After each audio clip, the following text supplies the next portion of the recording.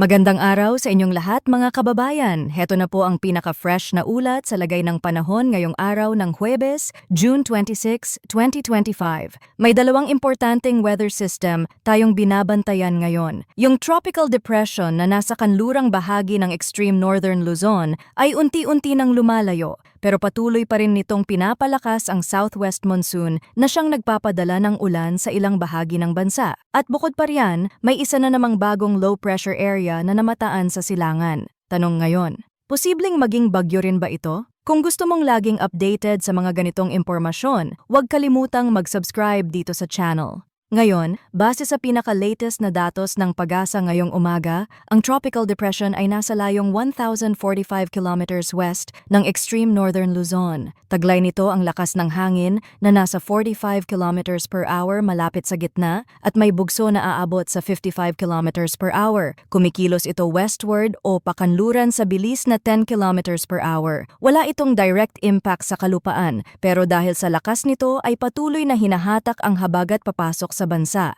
Narito naman ang inaasahang lagay ng panahon sa iba't ibang panig ng Pilipinas. Sa Kalayaan Islands, asahan ang maulap na langit na may kasamang mga pag-ulan. Ito ay dahil sa southwest monsoon at posibleng magdulot ng flash flood at landslide, lalo na kung tuloy-tuloy ang buhos ng ulan. Sa mga probinsya ng Surigao del Norte, Surigao del Sur, Davao Oriental, Davao de Oro at Davao Occidental, pareho rin ang setup, maulap na kalangitan na may mga pag-ulan at thunderstorm, dulot naman ng Intertropical Convergence Zone o ITCZ. Katulad din ito ng habagat sa epekto, posibleng pagbaha at pagguho ng lupa. Sa Zambales, Bataan, Occidental Mindoro at nalalabing bahagi ng Palawan, partly cloudy to cloudy skies din ang inaasahan na may kasamang mga pag-ulan dahil sa southwest monsoon. Mag-ingat din po sa posibleng pagbaha sa mga low-lying areas. Sa Metro Manila at sa natitirang bahagi ng bansa, magiging bahagyang maulap hanggang sa maulap ang kalangitan.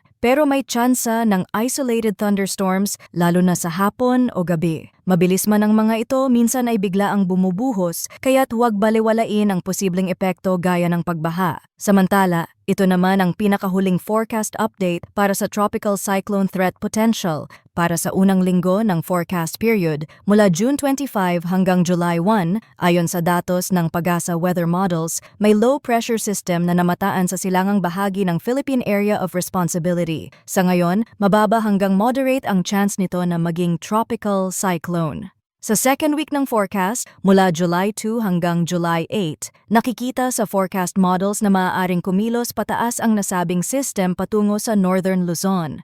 Bagamat mababa pa rin ang tsansa nitong maging ganap na bagyo, ito ay dapat pa ring bantayan. Pareho ng direksyon ang pinapakita ng GFS at European models, pataas, patungong north o posibleng palayo rin sa bansa. Pero dahil medyo malayo pa ang forecast period, hindi pa tayo sigurado. Tandaan natin na habang papalapit ang mga petsa, mas nagiging klaro ang galaw ng sama ng panahon. Kaya mga kababayan, huwag po tayong maging kampante. Maging alerto, maghanda, at ugaliing sumubaybay. Follow lang ang channel na ito para hindi mahuli sa update. Maraming salamat po sa inyong walang sawang pagtutok. Ingat po tayong lahat ngayong tag-ulan at sana ay ligtas ang bawat isa sa atin saan mang panig ng Pilipinas.